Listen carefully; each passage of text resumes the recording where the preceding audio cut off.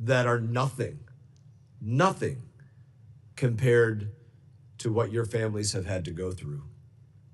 I can only imagine the pain that you and your loved ones who are held hostage are experiencing. I can't put myself into that situation. I prayed to God I never have to.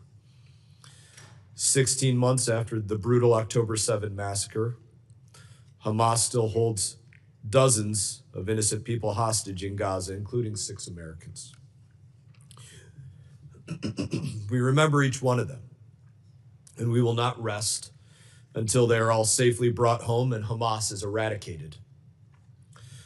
Today, we will have the opportunity to hear from the family members of 6 hostages being held by Hamas. We have Ronan Nutra with us, Miss Orna Nutra, Ilhan Grzuski, Mr. Moshe Lavi, Daniel Lifshitz, Mr. Gal Dalal, and Mr. Eli David. Thank you all for being with us today. Congress, and you all have the opportunity to introduce yourselves more thoroughly.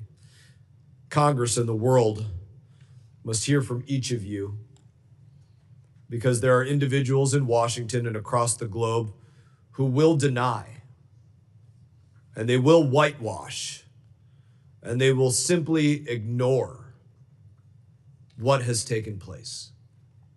It's up to us to make sure that does not take place. They will make excuses for the terrorists who raped and slaughtered 1,200 innocent Israelis and Americans on October 7th.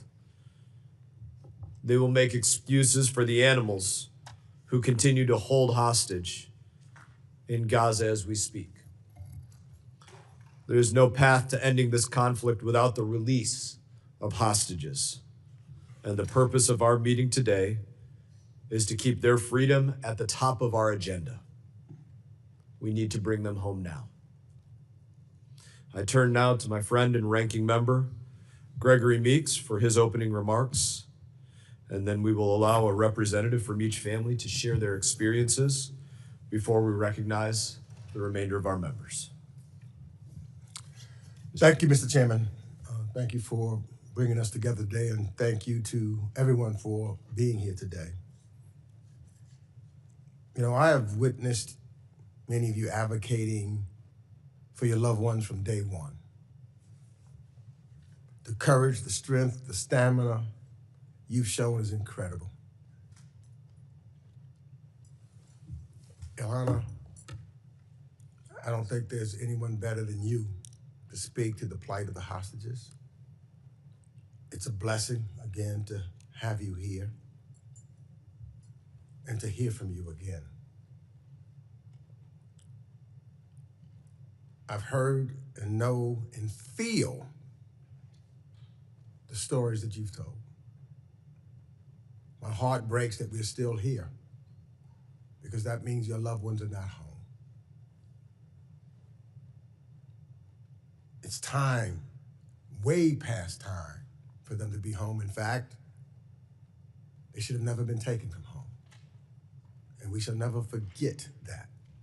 And we shall continue to be focused and dedicated to make sure that your loved ones come home.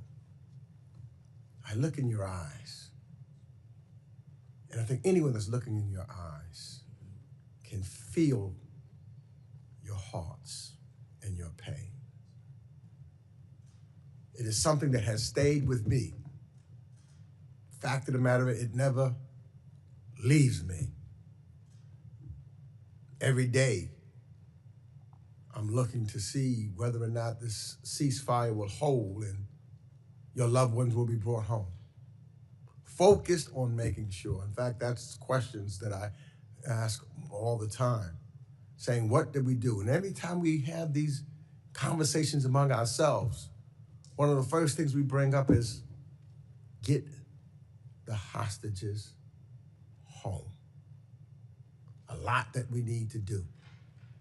But the first thing that we need to do is to make sure that we get the hostages home. And so some of us are here, some are new members of Congress. They need to hear your stories.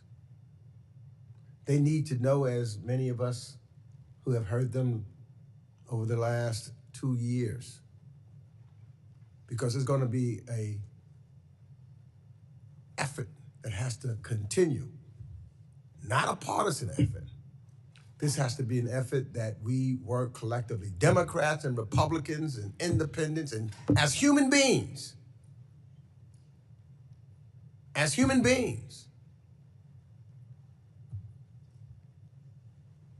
we can't stop until your loved ones are home. We can't get distracted. We can't let noise come and cloud them. What the first objective has to be: bringing your loved ones home. So I thank you, because I know that as difficult as it is for you to have to repeat your pain, it is important that you articulate your pain to any and all people that will listen, but especially to members of Congress and others, so that we can stay on our leaderships and move forward and try to get them home and make sure that peace can have a possibility. Thank you again, and I look forward to hearing from each and every one of you, and let you know that my prayers and my heart is with each and every one of you. Words will never be enough. Never be enough. We will never forget and never stop working. And I yield back, Mr. Chairman. Thank you, Mr. Meeks. Ronan and Orna, can we begin with you two?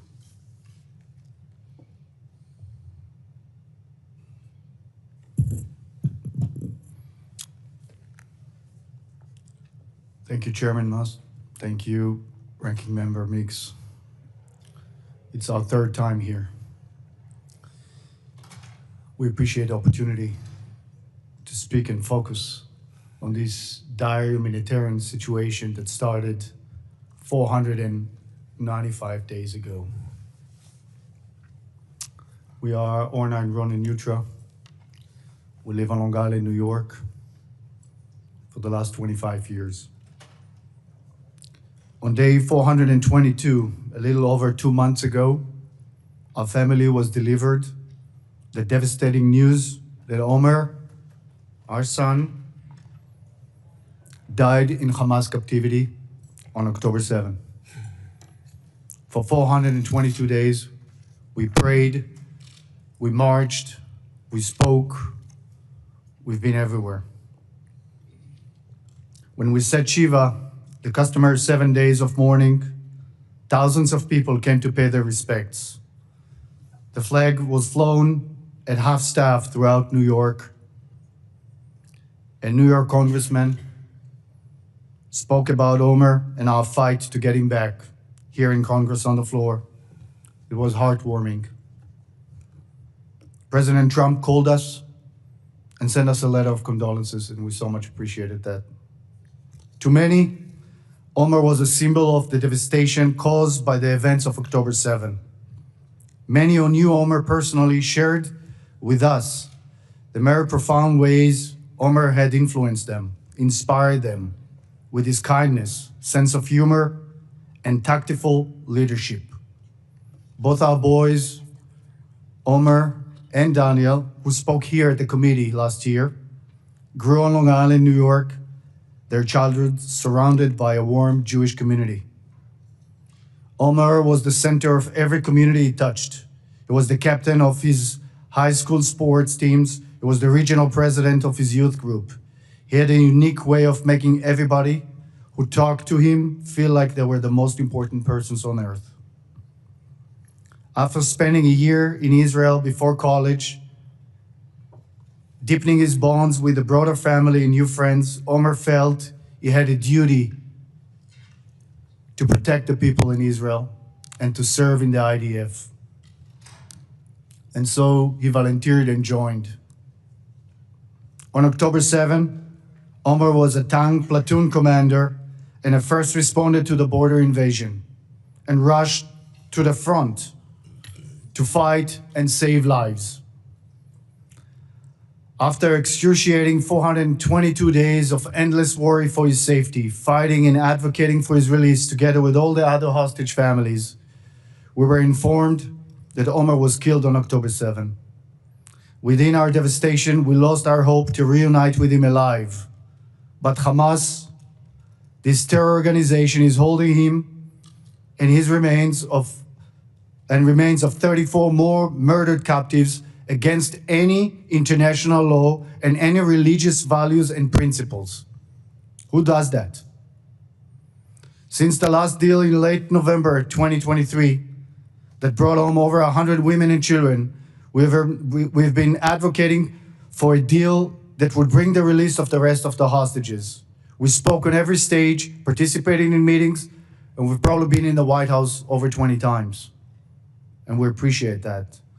After months of tireless work of the negotiators and President Trump's election, finally we started to see hostages coming out.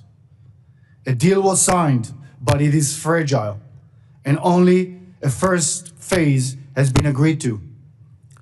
We trust that President Trump and his team will make sure that the release continues, among them six Americans that need to come home. And everybody else, all the hostages must come home. The first stage is bringing the remaining women, children, and elderly, and we have to make sure that all the other remaining 76 of them, our brothers, fathers, sons, our soldiers, and the remains, will all come home. We saw how starved and frail the three remaining returning hostages, came out this weekend. They are tortured in the tunnels. It is urgent. We must make sure that the deceased are returned respectfully for their families for an honorable final resting place. Our son Omar chose to put his life at risk to save thousands of others. We owe it to him to rescue the people he gave his life to and bring him home so we can get our own closure. Thank you. Thank you, Ronan. Ilana, will you share with us next?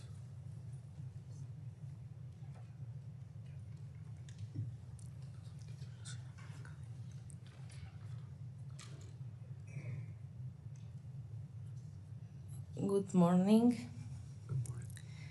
Thank you for hosting us, and thank you for your leadership in bringing the remaining hostage home.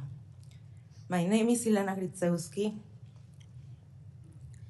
I'm 31 years old. Today I speak to you not only as a former hostage myself, but also as a girlfriend of Matan Sangauker who is still in captivity in hands of Hamas.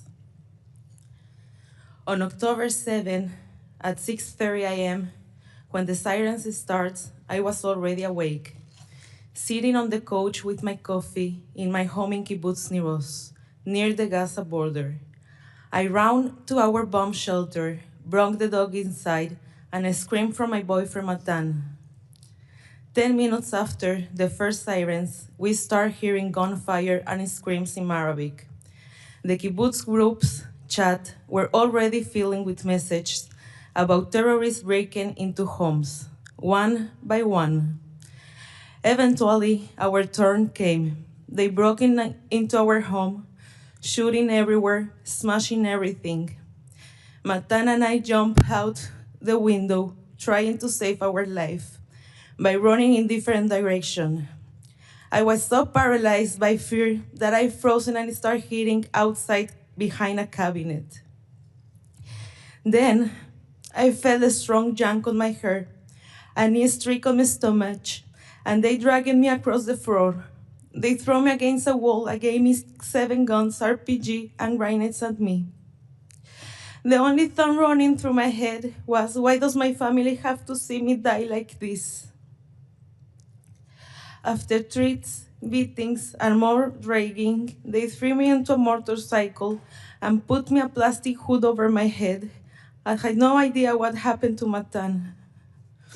On the way to Gaza, they keep beating me because for them, I was a prize. They also start touching me everywhere, and at that point, on the motorcycle, I passed out. Physically and mentally, I couldn't handle it anymore. I guess my body preferred to shut down. I wake up in some ruined house, lying on rocks, surrounded by Hamas terrorists. I was suffering for a fractured jaw, a broken pelvis, ear damage for explosion, and a burning leg. And that was not everything. I was also on my period when they kicked me. Try ask Hamas terrorists for a sanitary pad when you can't even move because of your injuries. On the first day, many people came to see me, to play mind games. One of them fixed it on me. He told me I will never leave, that I was beautiful, that we were going to marry and have children. Even if there was a deal, I will not be released. He handed me his gun, told me to play with it, and stole all my jewelry. The next day around noon, they brought me another hostage from Nicosia. That gave me strength. I realized I wasn't alone. We looked out for each other. After a week, they moved us to a different place. I found myself walking through Gaza streets, holding the terrorist's hand if I were his wife. This time they took us to a filthy house infested for cockroach. We slept on the floor with a twin mattress that wasn't a really mattress. We spent about 40 days there, with barely any food, almost no water, constant psychological terror. In 55 days in captivity, I lost 24 pounds. They did not give me any medicine. No doctors came to see me, even though I told them that I was suffering from colitis and anemia. The terrorists detected everything. When we can speak, when we could go to the bathroom, when we could get up, they wake up in the middle of the night for make us interrogations. From the moment I was captured, 2 wars were with me all the time. They did not wear Hamas uniform. They dressed like civilians. They told me that one of them is a math teacher and the other one is a lawyer. For 50 days, they make sure I could not escape. They told us all the time that we are going to be hostage for 5 or even 10 years. About 4 days before my release, someone knocked on the door. We wake up terrified, thinking we are going to be included in the deal. But they came to tell us we are going to home. They changed our clothes, moved us, and prepared us to leave. But it was a lie. They transferred us to a hospital, where we meet a third hostage. The next morning around 10 a.m., they told us again that we are going home. They moved us to another room, braved us, shaking us, gave us supplies, and told us to get into a car waiting outside. But instead of taking us to freedom, they take us to a tunnel. There we saw more hostage, some whom were my friends for Kibbutz Niros. I saw Eitan Owen, David Cunho, there who still remain in hands on Hamas. I was only then in the tunnels, after more than 50 days, that I found out that my boyfriend Matan was also a hostage. Just a short distance away, but I couldn't reach him. I begged the terrorists to let me see him, but they say later. The next day they told me I was leaving. I refused. I want to see Matan. I knew that if I would leave, my soul would be remain in Gaza, but they didn't let me stay. So I left with a hole in my heart, promised my friends I will do everything in my power to bring them home. And now I'm keeping that promise. Please, help bring Matan home. President Trump is doing everything in his power to demand the release of all hostages. We are so grateful for that. Please stand behind me. Please leave all the hostages back home. I want to be able to be in my reality. I know with this step flip away, I can get my boyfriend in a bag. I don't want that. I want to be able to be in reality, to get married, to get children. No, I did have to ask all the day why I'm here, but they know. We are all humans with the same rights. We all have family waiting here. Why I'm different, why I'm here, but no. I want to be a bakery again. I want to be able to try to rebuild a life after this hell. And in the only way I can be able to do that is when all hostages come home. So I didn't ask why I'm here, then they know. I don't want to bring my boyfriend in a bag. I want to be able to be kind in the promise that I did it to my friend that I went to return alive. Thank you. Thank you, Alana. Moshi.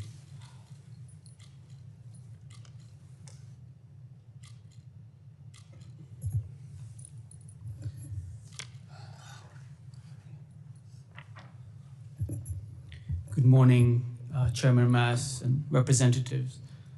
Thank you for having us today on day 495 since our loved ones were taken by Hamas terrorists and their accomplices. My name is Moshe Lavi. I'm a proud Israeli, proud captain in reserves of the Israel Defense Forces, and most importantly, a proud brother to my sister Lishai Miran Lavi, and a brother-in-law to Omri Miran, who was kidnapped on October 7th. Lishai has been fighting for 495 days for the return of her partner, Omri. She has been fighting so that her family, her two daughters, Roni and Alma, will have their father again. Let me share a bit about Omri. Omri has a beautiful soul, a gentle heart, and a kind smile. He's a shiatsu therapist and a gardener, healing people in his clinic, healing plants in the gardens of Kibbutz Nahal Oz, where he started his life with Lishai. A lover of sport, a literature enthusiast, a man who is connected to nature, a spiritual person who believes in the goodness of the heart of mankind. He met my sister in March 2020, and amid the global pandemic, they fell in love, built a home to themselves, and started a family, bringing to the world my two nieces, Roni, who is 3.5 years old, and Alma, who will mark her second birthday in 2 months, in a month, in March, hopefully with her father. On October the 7th, Omri, Lishai, and the girls were at their home. Hamas terrorists barged into their home, luring them to open the door by using a teenager named Tomer Arava. Tomer begged for his life, so Lishai and Omri opened the door. They wanted to save his life, even though they knew the terrorists would be entering their home. Tomer's body was found a few days later because Hamas terrorists were responsible for his death, despite the fact he was used throughout that day to make people open their doors. For hours, Lishai, Omri, and the girls were held at gunpoint as captives in their own home. They were grouped with another family from the kibbutz, the Dan family, whose eldest daughter, Mayan, was murdered that morning, and were abused. This was all live streamed on Facebook for the world to see. And despite there are naysayers today who are denying the atrocities of October 7th, we have plenty of footage, plenty of videos to showcase to the world of the atrocities Hamas committed that day. Hamas and their accomplices, including civilians, who entered the kibbutzim and the towns of southern Israel, where I grew up, and ravaged them, burning houses with people in them, raping women, killing and injuring countless people. At 1:30 p.m. that day, Omri was handcuffed and was instructed to stand up. That was when he was taken hostage to the Gaza Strip with a few other members of Kibbutz Nahal Oz. Lishai, my sister, told him she loves him, she'll take care of the girls, and ask him not to be a hero. Omri responded that he loves her, and that was the last time they saw each other. Ronnie, my 3-year-old niece, tried to run to him. Luckily, Lishai stopped her. At 5:30 p.m. that day, Lishai and the girls were rescued. My parents and my other sister and her family were rescued as well. I could have been a man without a family. I was in New York at the time. I was lucky. My family survived. By being lucky means that you have a hostage in your family who is being held by Hamas terrorists for 495 days. I'm grateful for all the work done by our great ally, the United States, and its elected officials, you, over the past 16 months, whether by the previous administration and naturally by the current administration, the Trump administration, which has secured a deal that has saved thus far the lives of 26 individuals, Israelis and foreign citizens, who were rescued, released from the grips of the terrorists who held them captive. But our mission is not done. Our mission as families is to keep amplifying the voices of our loved ones. I'm here not to speak as Moshe, I'm here to speak as Omri Miran, who is calling from the dungeons of Hamas for the rescue, asking his own government to do everything it can to preserve our ethos, Israeli and Jewish ethos and social contract, to redeem our captives, asking for the international community to hold accountable the perpetrators of October the 7th and those who funded and sponsored them, including countries like Iran, and asking you to do everything you can to pressure the stakeholders, the mediator countries, to force Hamas to a viable agreement, to understand that we now need to act fast so that those who still remain captive, alive, will be saved and rehabilitated in the state of Israel, and those who were murdered or killed on October 7th or in captivity will receive the honor to be buried in the land of Israel so that their families will have a closure. This is our greatest mission. This is the greatest mission of our time as Israelis, as families of hostages. And I'm humbled that you took on yourself as a country, as representatives, to take that mission as well. I implore you to keep pressuring everyone to make sure that people like Omri are not forgotten, that their stories are shared everywhere, that their beautiful souls are the ones that matter, so that everyone will receive the closure they need. I thank you, both parties, for doing everything you can, and ask you to keep doing it so that this agreement will not fall apart and that we'll have the reunification of all hostages with their loved ones. Thank you. Thank you, Moshe. Daniel. Hello. So first of all, thank you very much for welcoming us. I want to special thank, of course, to President Trump and to you, Chairman Mast, for actually making it a humanitarian issue. Again, we felt for a long time that the hostages issue was not on the top priority of the world and was not on the top priority of the humanitarian aspect of it, and I really want to thank you for doing that. The stories of Ilana and Moshe, stories of Ilana as a woman, and Lishai. We have 3 others, starting from my grandmother, Yocheved Lifshitz, that been released after 17 days, waiting for her husband almost for 500 years. She's as well, we saw Arbel Yehud coming back home 2 weeks ago. Arbel was my stepsister and as grandchild to my mom, to my grandmother. Arbel is an amazing soul and coming back here without her boyfriend, Ariel Cunyo. Having my third, one of my best friend and an American citizen, Sagid Ekelchen.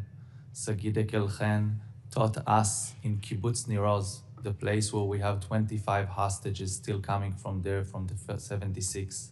Sagid taught us to play baseball in Niroz, on the grass in Niroz, where so many people been murdered and kidnapped. He's a hero, and his wife is waiting for him with 3 daughters at home. That's the holy work we need to go out from here, to bring those men back home to their women so they can have their lifetime shared together. If it's my grandma, and if it's Sagi, and if it's bringing Ariel to Arbel. My grandfather is the eldest hostage considered alive. My grandfather is the only great-grandfather held hostage in the world, Oded Lifshitz. He found Kibbutz Niroz in 1957, defending the country by founding this kibbutz so close to the borders, knowing the risks. He fought in 4 different wars from 1967 to 1982, risking his life. By doing that, he was also a humanitarian activist, a peace activist, a warrior for justice and for doing the right thing. My grandfather built a kibbutz. My grandfather built an amazing cactus garden, a 64 years old cactus garden, which the last scene of my grandmother, when they've been kidnapped from the whole bomb shelter, when they've been dragged naked at home, she saw my grandfather on the ground, on the cactus garden they built for 64 years, and she thought he was murdered. But my grandfather, as a cactus, has a lot of resilience, and those hostages has the resilience, but not much more. The time is gone, and we saw what happened on Saturday, and we see the situation of the hostages. Also, my grandfather doesn't have that time, and we understand that painful concessions had to be paid to bring the hostages back home. But it's a victory to the Western values to bring those hostages back home. That's the most important thing. And I know my grandfather worked all his life for trying to bring education to the Palestinians, to fight for coexistence, to fight for so many things. And now is our time to pay back to my grandfather for everything he did in the world. And I think that now we have to work, all of us together, and to know that we have to change the strategy as well, and to give a legitimacy strategy. A strategy with, first of all, will bring all the hostages back home, and after we can eradicate Hamas.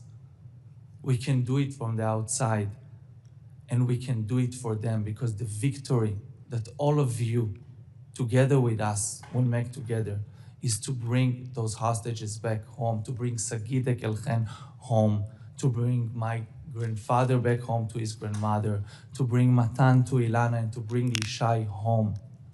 We beg you and stand here to tell you the victory of Israel is to bring the hostages back home. After we will eradicate Hamas, after we will make everything possible, you can dry them out. You cannot bring the humanitarian aid inside, and you can bring an short expiry, the humanitarian aid, to not make Hamas collect. You can stop the money going inside. You can do many things, but we will not be able to save their lives if we will not work fast and do it now. So we ask you, be with us. After that will be the steps for the future, for peace, and for everything. That's also my grandfather will and what he's coming here to ask from you, because I'm here for my grandfather, for the future of Kibbutz Niroz, for the future in Israel, and for the future of the Western value. Thank you very much. Thank you, Daniel. Gal. Hello everyone, and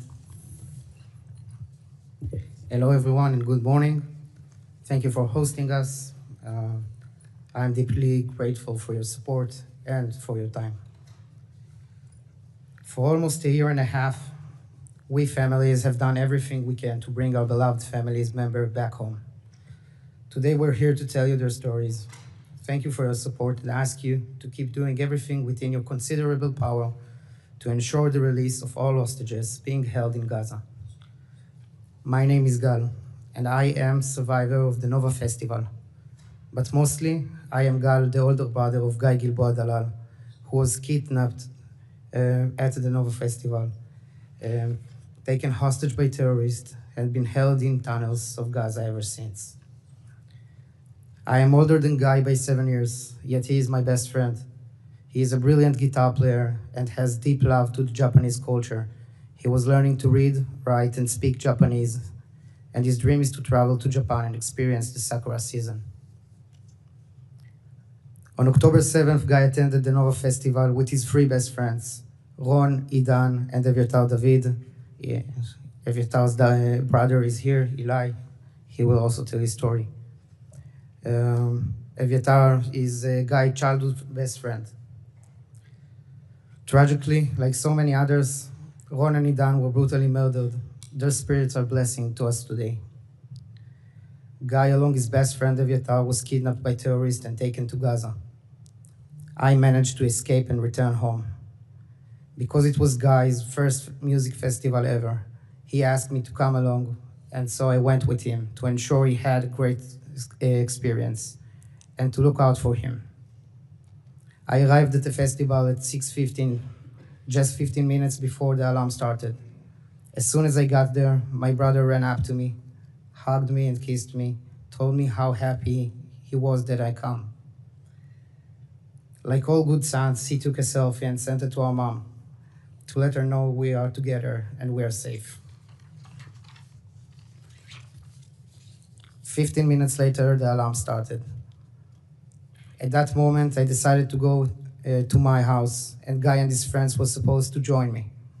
I wanted Guy to ride with me, but he said he didn't want his friends to feel like he was abandoning them, so he would return with them and meet me there. As soon as we heard the gunshots, the fog and the chaos of the moment set in. We were separated, and I couldn't find Guy. I couldn't get back to him. I called him, but he never answered. I'll never forget the sight of countless young people lying lifeless. I was shot at, had to keep running, taking cover wherever I could.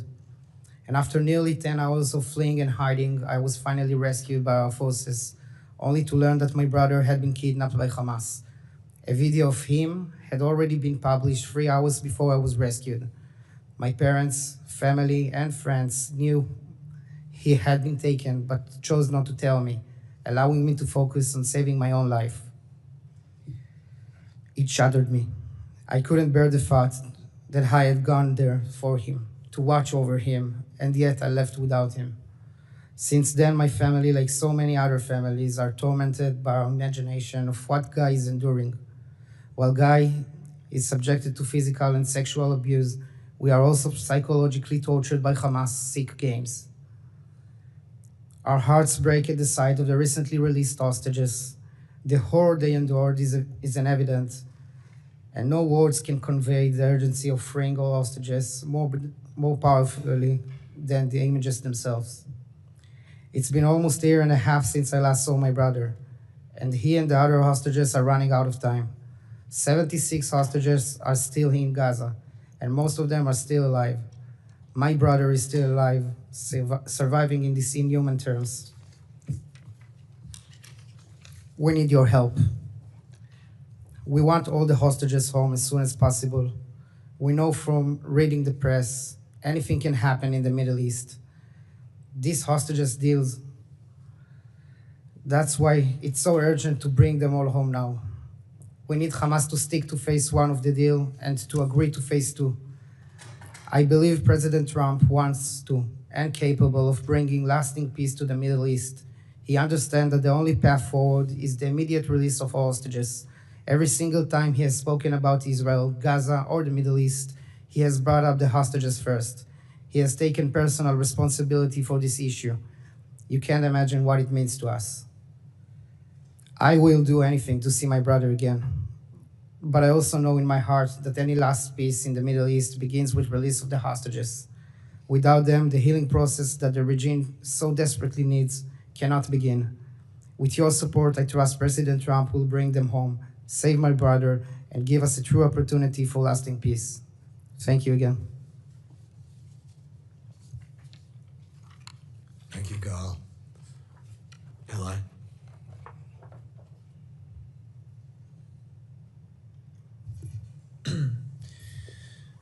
Good morning. Good morning. My name is Eli David, and my brother, Eviatar, has been held hostage by Hamas for over 419 unbearable days. For almost 500 days, my family has lived in a painful, endless wait, hoping for news, for progress, for the moment we can finally bring him home. Every day that passes without him is another day of uncertainty, of anguish, of time stolen from his life. I want to express my deep gratitude to President Trump for his leadership and for his commitment to bringing our loved ones home. The recent release of hostages is proof that determined action makes a difference. That when leaders stand firm and prioritize this humanitarian crisis, lives can be saved. We've seen progress, and for that, we are thankful. But we are not there yet. This first stage is a crucial step forward, but 76 hostages are still waiting in captivity, and their return must remain a top priority. Every one of them has a family, desperate to hold them again. Every one of them deserves to come home. In the past few weeks, we've seen 21 hostages returning, reuniting with their families. A moment of relief and hope for all of us. Each return is a gift, a reminder that bringing them home is possible. But my brother, Eviatar, is still not among them. He was kidnapped as a civilian from the Nova Festival, together with his best friend, Guy Gilboa Dalal. Both taken in an instant from the life they knew. While we celebrate those who have made it back, we cannot lose sight of those who remain.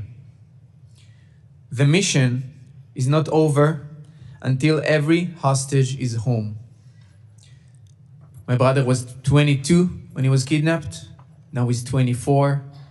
He's the kindest person I know. He's an amazing guitar player. We play music every week. And I miss him so much. The second stage of this deal cannot wait. The lives and honor of 76 people are hanging in the balance, and we must ensure that we keep moving forward. We cannot afford to let momentum fade.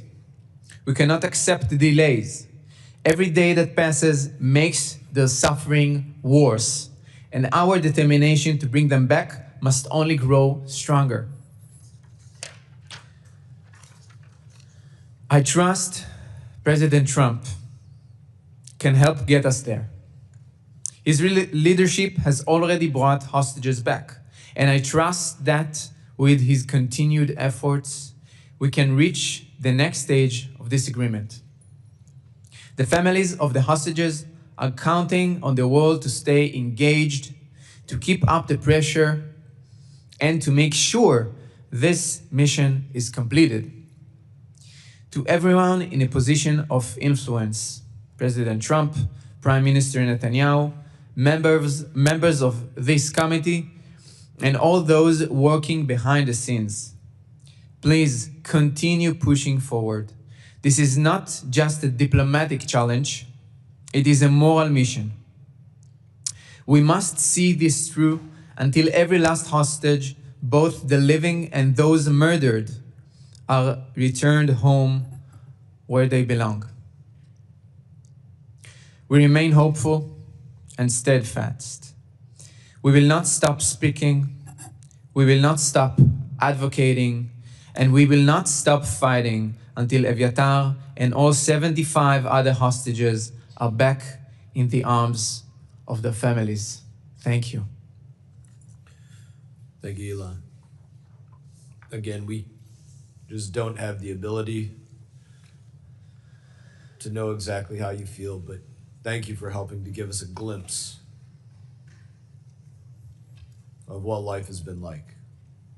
It helps us all to better understand and to be able to place ourselves in these situations that nobody ever wants to be in. So thank you for sharing with us, for sharing with the world. We're going to alternate from left to right to ask a few questions, learn a little bit more. I'm going to begin with my colleague, Representative Kim. We'll start with you. We'll start with Representative Kim. I didn't mean to hit you while you were standing up. My apologies. And then we'll alternate back to this side.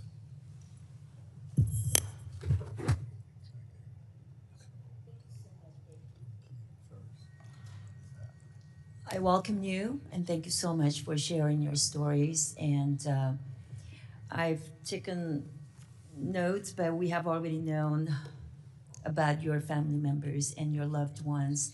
And so I just want to echo the commitments that our Chairman Mast and our ranking member and the colleagues here today are making, and that we will not rest until all hostages remains, or we don't, as you mentioned, Irma, we want to see your boyfriend come live, not in a bag. And I really took that to heart, and I'm so sorry for the personal suffering that you endured and continue to do. So I really feel for you, from a woman to another woman, but also to your grandfather, to your brother-in-law, to your family members, to your brother and your son. I really feel for you. It's also good to hear that you have confidence in President Trump and in his leadership. You already said, LA, that his leadership has already made a difference. And we're doing this in different phases, but we will make sure that everyone is back home with their loved ones.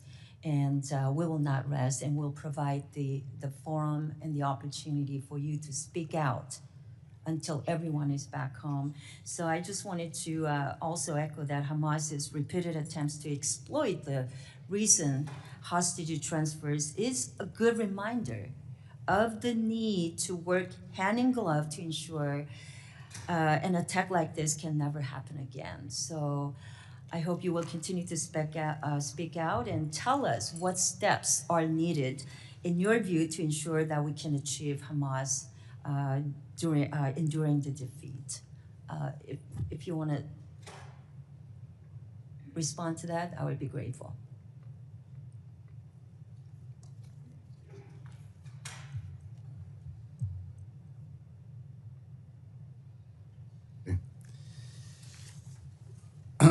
Thank you again.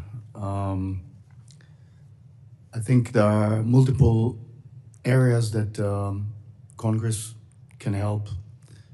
Probably the most important is to support President Trump administration in their efforts to bring our loved ones back home. We know how much they care. We know how much the people travel all over and do whatever they can, and they need all the support from Congress. So that's a first. The second, from our perspective, there are some economical sanctions that should be put on any charity organizations that support Hamas to this day, and we gotta block them. And we gotta make sure that Hamas is not getting any financial aid. And that's something that obviously is done through different countries. We keep on hearing that there's still ways that they're getting their funds.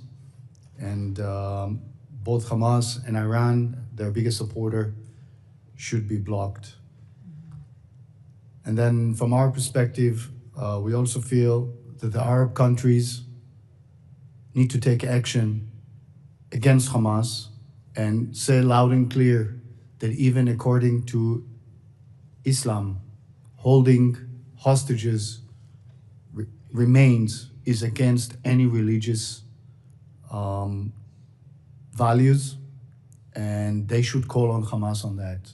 And Hamas should release immediately the remains of hostages taken and not use them as bargaining chips. That's against any religious value and any humanitarian law. So thank you. Thank you for taking this into consideration. Moshe. If I may add, and thank you for asking this. So as we mentioned, 21 hostages returned, there are still 76 who are held captive.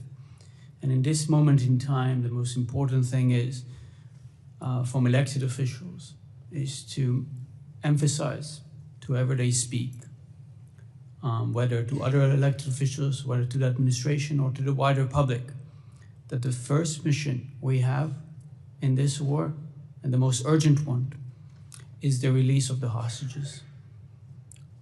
Anybody who studied history and war studies and served in the military know that there are urgent missions, short-term missions, and there are medium and long-term missions. Our medium and long-term mission is to ensure Hamas is dismantled alongside its accomplices, such as the Palestinian Islamic Jihad, ensure Gaza is a different place to the one it was on October the 6th, ruled by Hamas as a ruthless Islamist authoritarian quasi-state. But in the short term, the only thing we can do right now as a key to stabilize the region is to ensure all the hostages will return, those who are alive to rehabilitation and those who were murdered to be buried in the land of Israel. I was asked yesterday by an elected official who met the King of Jordan what I want him to ask the King. And like Ronen said, what we ask the international community and the Arab countries is that they'll learn not just to say no to proposals, but to say what they can do. What is their proposal on the table? And I saw President Trump yesterday meeting the King of Jordan and emphasizing to him, you need to bring us a plan. If you don't, we're not coming on board to our plan. And it seems that he heard that message. I implore you to make sure we pressure international stakeholders. I felt that in the past, including the previous administration, those regimes were not held accountable and were not pushed to the corner in order to provide us, victims of Hamas atrocities, and those are Israelis and Palestinians. Palestinians are also victims of Hamas, to give answers. Let's make sure that the hostages remain on top of mind and that we can see an end to this ongoing tragedy and a vision for a better Middle East in the long term. Thank you. Representative Keating. Thank you so much, and thank you for being here. For some of you, it's 3 times I've met you and talked with you. Iana, thank you for telling us and the courage you had telling us what it was actually like in captivity. It's hard to say this about someone who's like Matan, who's held hostage, going through brutality. It's hard to say he's blessed, but he is blessed that he has you and your love and courage, and he's not alone. And I think he knows that. I always have felt awkward when we talk about this issue and use the term the hostages. The hostages. And thank you all for being here. Because the reason that is so inadequate is because these are people. They have names. They have Omar, Matan. They have Aria, Amri, Gal, Etar. They have names. And they have relationships, son, boyfriend, grandfather, brother, sister, mother, father. And thank you for every time you come, every time you speak up. That transcends. And it's important because this isn't just an issue or a policy. These are human beings. And you reinforce that, and it's essential. We also have our values together being held hostage. The values of Israel, the values of the US, of all our allies. And we have to always be mindful we're all being held hostage in that respect. Those of us that respect justice and decency, humanity, and we have to remain close so that we can be stronger against the opposite. We have an agreement now. Sides have come together for an agreement. Imperfect as it may be, it's an agreement. And so let me just tell you at this moment, because we deal in the moment, and you've all dealt in the moment, in the roller coaster that you've been through. In this moment, I think it's important to have a mindset, all of us, of not how this deal can't be held, but how it can be held. Let's get through this moment. Let's both sides work together to just get this imperfect deal through so the hostages, so the individuals will be released and brought home to their loved ones. And until we do that, we can't rest. So that is the mindset, I think, of all of us here. It was a difficult agreement. Democrats and Republicans all working together on both sides because it's not a partisan issue. It's a human issue. And your presence here is so important to reinforce it. And I just want to thank you for continuing doing something that you didn't sign up for, something that was thrust upon you inhumanly, and something that I trust we can bring to an end, at least in this moment. Thank you. Thank you, Representative Keating. Representative King. Thank you, Mr. Chairman. Thank you for being here and sharing your stories and your loved ones' stories. It's extraordinarily important, not only on October 7th, but in the 495 days since, that you share those stories on every platform that is available so we can continue to show the atrocities that Hamas continues to commit, the fact that Iran is supporting Hamas each and every day and is the head of the snake. We need to hold the terrorists accountable who masterminded the October 7th attacks. And can you please talk to us about how we ensure that the global organizations that over the course of the last 495 days have not raised their voices, have not held Hamas or Iran accountable. What can we as members of Congress or people who care about your families and your loved ones do to ensure that we have the safe and immediate return and a global effort to make sure the hostages are not taken in the future? I think what you raised it's very important. I think the first step of doing that is putting all those organizations aside and focusing on the mission of bringing the hostages back home. after the hostages will be home, it will be much easier to eradicate Hamas. And as you all know, it's much easier to dry out a place or fight in a war while you don't have hostages there. I think the US government is doing great work in putting the hostages situation on the top priority.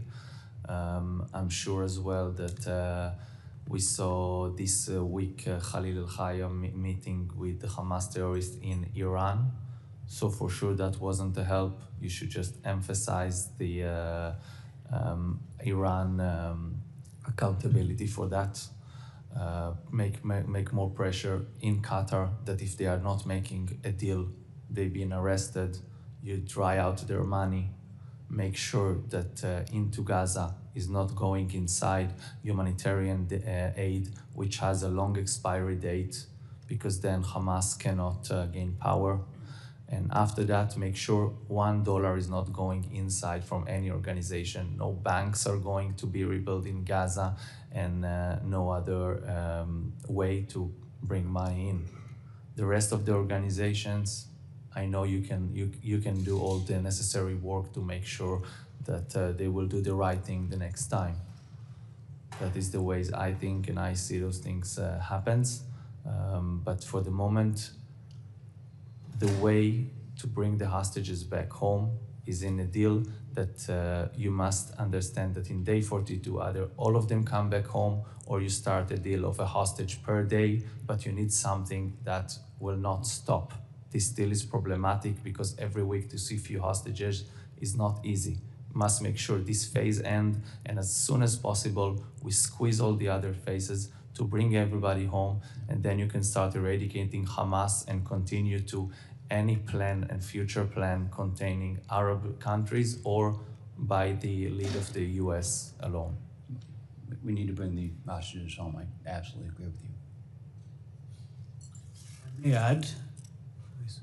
Let us first make sure all the hostages return, and then we will pursue every avenue of justice to hold account the WHO for allowing hospitals to be used as military infrastructure for holding hostages, to hold accountable UNRWA for allowing its employees and its infrastructure to be used by Hamas terrorists, and to hold accountable every organization in the world through sanctions for allowing this to go on for so many days. They are part of the problem, but now President Trump and his great team are trying to find a solution for the short-term problems. And I'm sure you'll be doing everything as Congress to hold accountable those who are supporting Hamas directly or indirectly. Yes, we will. Thank you. Thank you, Tom. Ms. Gillen. Thank you, Chairman, and thank you, Congressman Meeks, Ranking Member Meeks, for including me here today. And thank you to all of you for coming and sharing your stories with us. This is not an international conflict. This is about, as Moshe said, beautiful souls. I am one of the new members of the House of Representatives, and I want you to know that one of my first speeches, if not my first speech on the floor of the House, was honoring the hostages that had just been released as part of the deal, but reminding my colleagues and anyone who is watching that there still are so many more people that we need to bring home. I represent Long Island, home of Omer, and although I did not get to know you during the campaign, Mr. and Mrs. Neutra, I was there for your memorial service for Omer. And I'm so sorry that I did not get to know your son because he is a beautiful person. And I'm sorry for his brother because I hear the love of the brothers here about their missing brothers. And I'm so sorry for your family's loss. And I just wanted to be here to let you know that I will not rest and I will work with my colleagues day in and day out to get your loved ones back to you. Thank you for being here. Representative Lawler.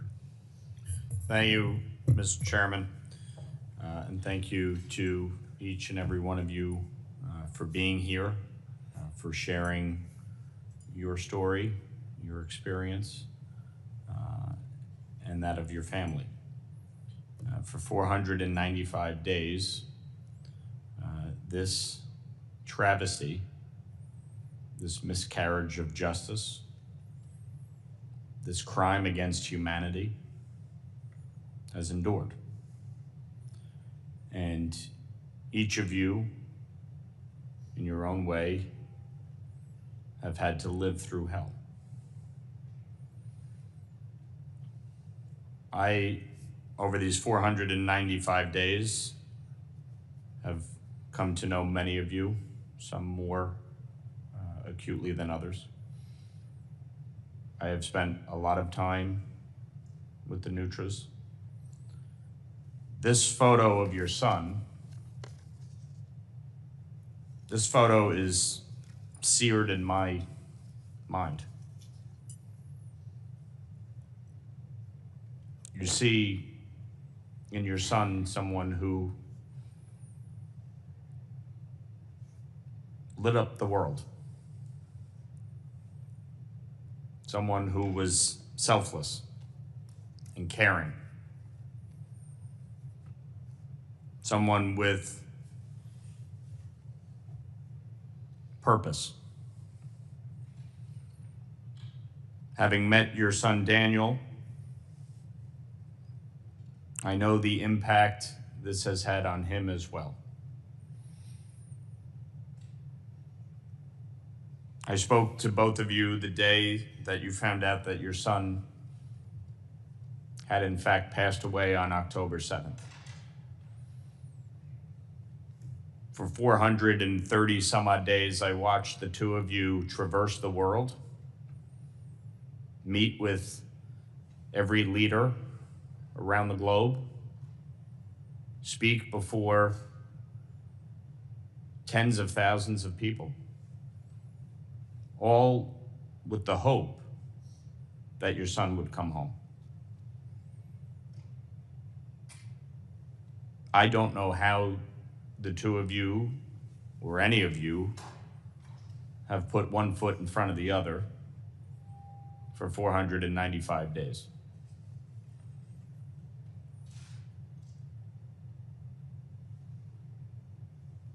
I think the travesty in all of this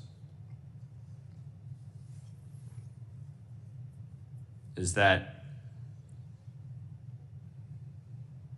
there should not be a single hostage remaining at this point. Whether living or deceased, everyone should have been returned home by now. And so what each of you are doing by continuing to put a face on this, by continuing to make this the priority, it is essential. Because there really can be no peace unless every single hostage is released. And that's before we even get to addressing what to do with Hamas.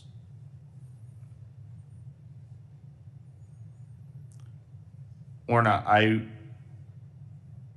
if you would like, if not, I understand, but I think it's important for people to understand the full range of emotions that you both have had to endure over these 495 days, in which you had so much hope that you would be able to bring your son home alive, only to find out that, in fact, he was killed on October 7th. And now, in this fight to bring him home, what is that mix of emotion like, and how have you been able to proceed forward?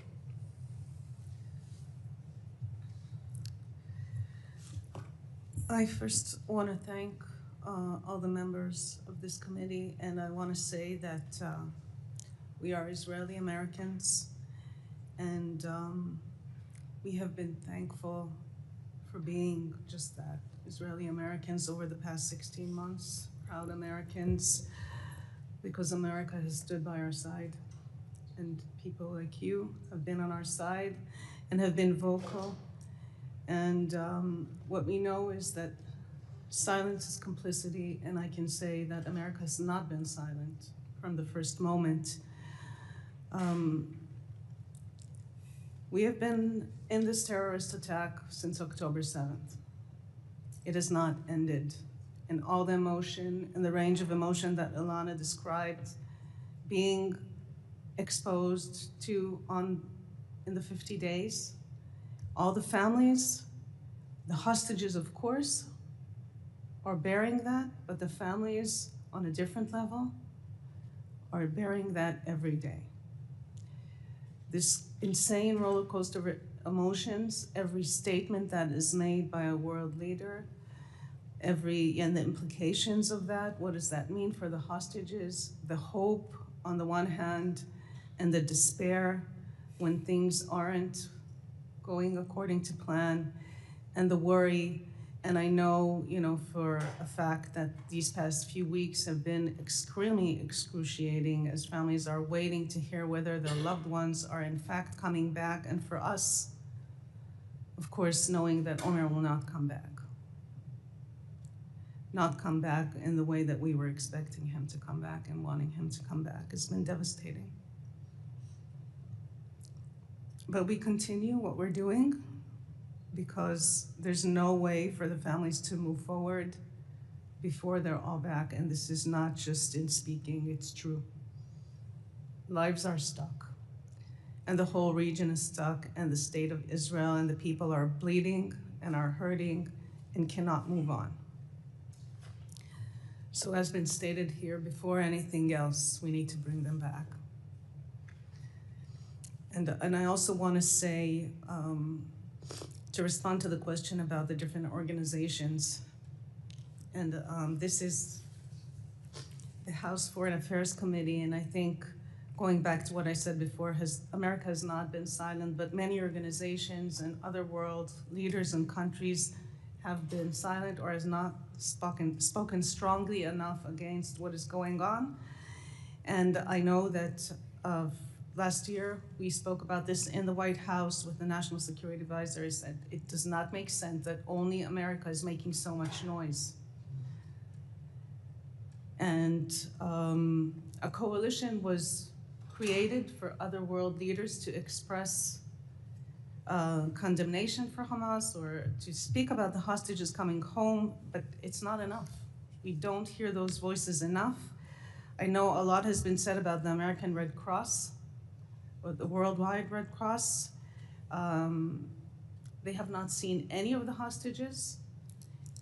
They present themselves as helpless in this situation where it's not up to them, but they also have a role in speaking up and saying that Hamas is not allowing them to see the hostages.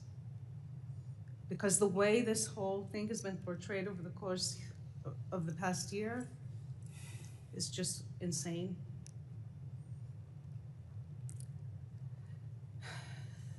So we still have a lot of work to do.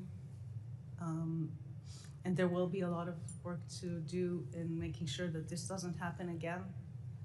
But bringing back to the focus, we need to first bring them back.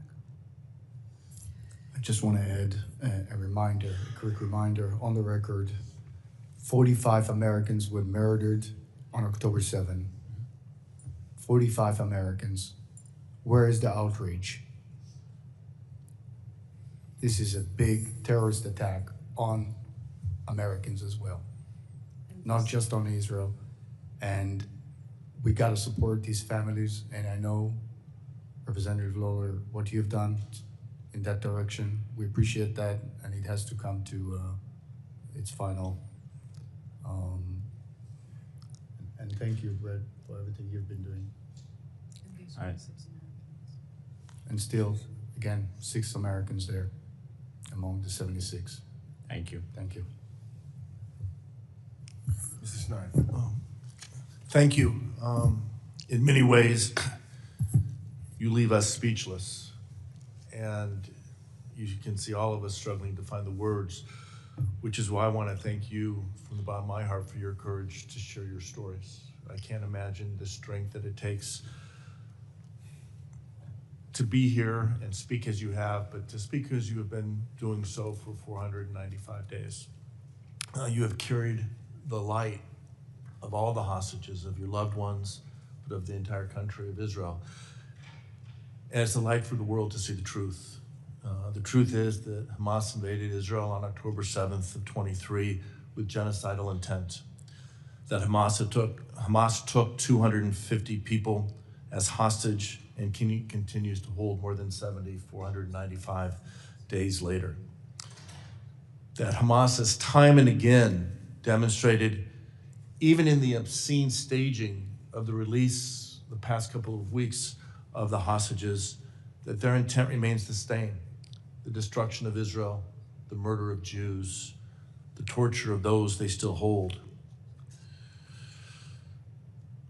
It is clear, and you help us see that as long as Hamas controls Gaza, as long as Hamas can threaten Israel and Israelis, neither Palestinians nor Israelis can have peace. As you have talked about, Hamas must be destroyed. Its capacity to rain terror over Gaza and to threaten Israel must be eliminated before we can move towards that peace we all want. You have our promise. You've heard us say this. We are not going to rest until every one of your loved ones, until every hostage is home and united with their family. As President Trump and Prime Minister Netanyahu have emphasized, every hostage should come home immediately and without any conditions. That's where we should be. It's not where we are. And we need to, as we've discussed today, work to increase pressure on the international community, to bring pressure not just on Hamas, but on the interlocutors to force this issue. Again, you leave us almost speechless. Your courage, your strength gives us strength. And so I just want to say thank you. You have our commitment.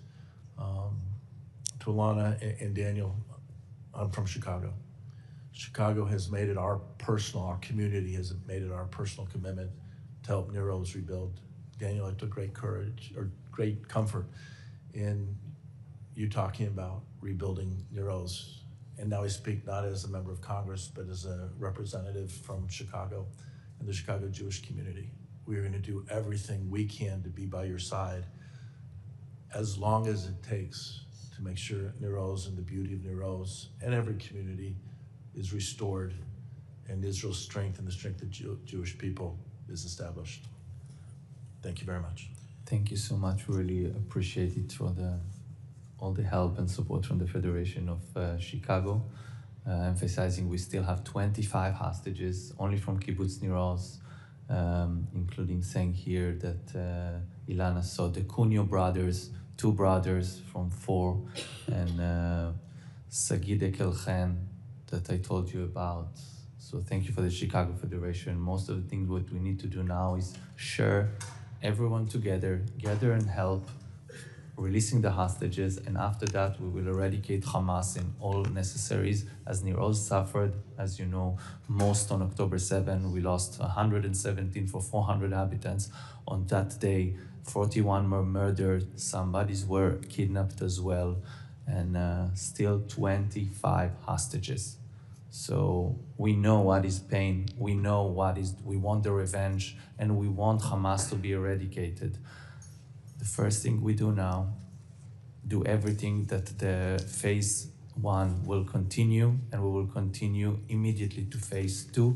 And if we can squeeze everything together to one day on 42nd day, let's do all the pressure we need to do that to bring everyone home, and then the victory to the Western values. And after that, we'll eradicate Hamas, we'll eradicate terror, and we will fight the diplomatic jihad. We have so much to fight for, and we can have some painful concessions to bring now the hostages home. That's the first priority. Then we deal with everything else, and that will be also the future for Israel. And thank you very much. As the US, ended the World War II in 1945, and we have a country in Israel after that.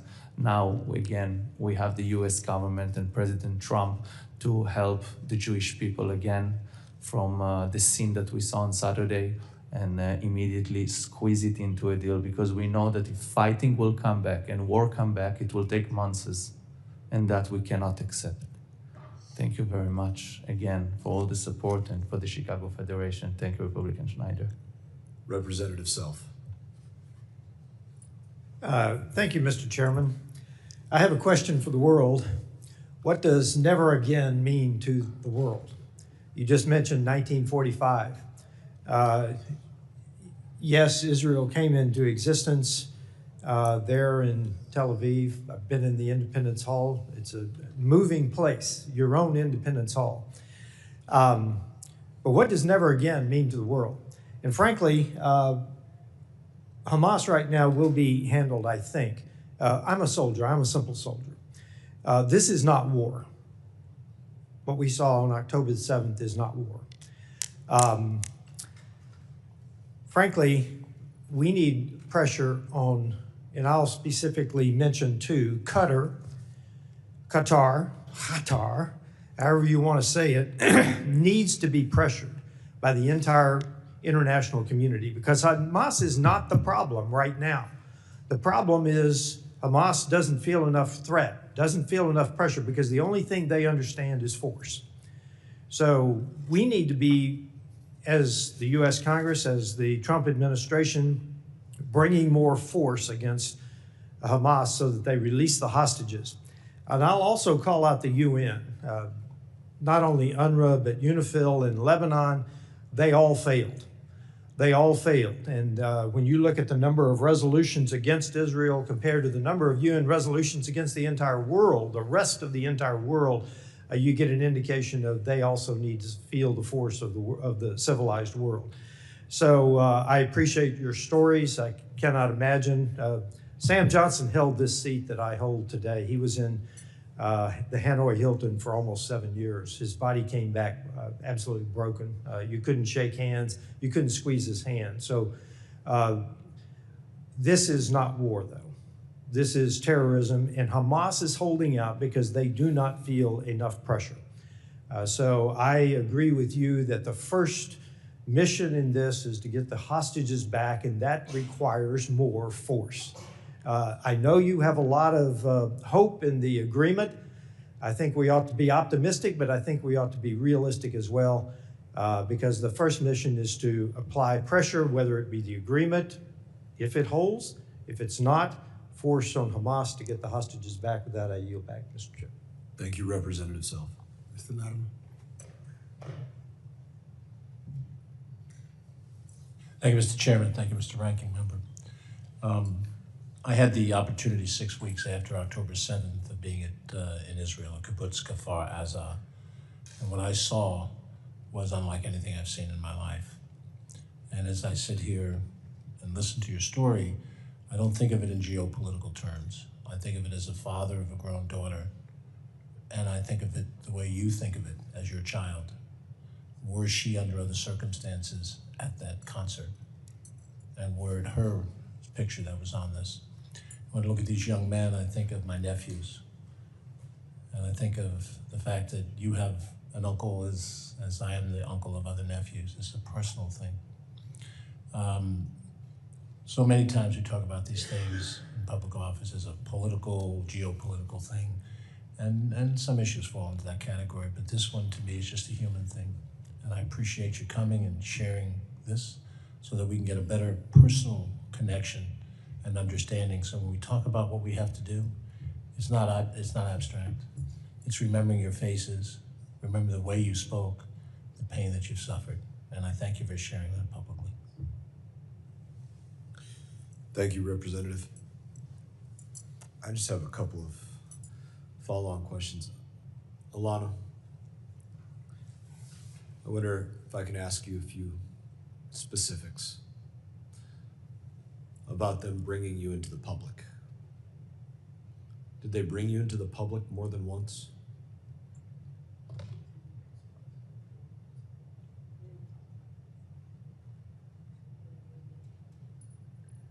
Yes, all the time I was taken to a different place. I also take a walk inside the hospital to get out. They take me to another houses, so I also was in the street. I was supposed all the time to all the people.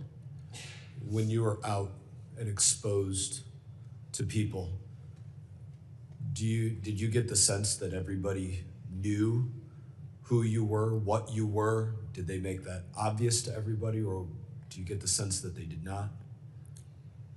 There are people that they know that they come to the door from the house to see the hostage, to see me. In the street, I all the time go with my eyes down, praying that no one know that I'm a hostage, so they don't kill me or do something. And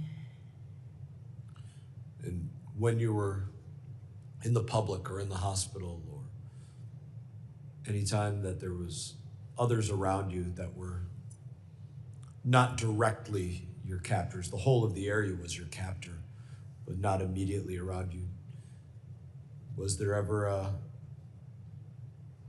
anybody? No, in the hospital you go through all the people with Hamasnikim before and after you, so no one can get you. And we get in area, so they close you in a room, and you are alone with people in the room waiting. Someone bring you food, water, take you to the bathroom. If no one is there, you need to do your needs in the basket, in the trash, in front of everyone. Thank you all for taking the time to share with us today. Representative Mast, yes, please. I know that we heard from the recently returned hostages, the female soldiers, that they were being held part of the time in humanitarian area, and that people knew, and there was no one that offered any help or any consolation or any empathy or sympathy. And that's the same thing that I've heard as well. That's why I was very curious to know if your experience was the same. Right. Because it does speak about broader motivations, the reaction of all that know exactly who and what you are, and what their commitment is or is not, and where their allegiances lie. I think I that's can only important. say that I don't know, in their hearts, the people of Gaza, but for sure anyone there that is even against Hamas is being held captive too. Thank you, Orna. Representative Meeks, did you have anything you'd like to close with? I'll just close with thank you.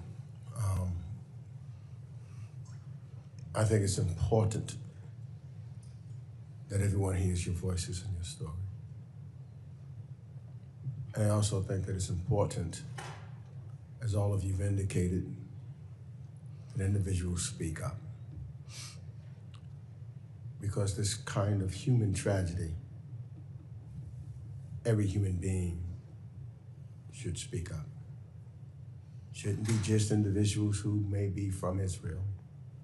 Shouldn't be just individuals who may be Jewish. Shouldn't be individuals who just may be Americans. Shouldn't be just individuals who may come from a different ethnic group. Should be everyone. And it should be a situation where we may not agree on everything all the time, but to hear your stories and to know of the reality of October the 7th, and to know that if good people do not speak up, it could happen to anybody, anywhere. It is with a deep, deep set of gratitude that I say to you that you have the courage to continue to come before us and tell your story. I'm saddened that you have to do it. And I'm I'm saddened that someone is still held hostage or have lost their lives. But I will always speak up. Thank you for being here. I will echo that comment. Thank you for being here today.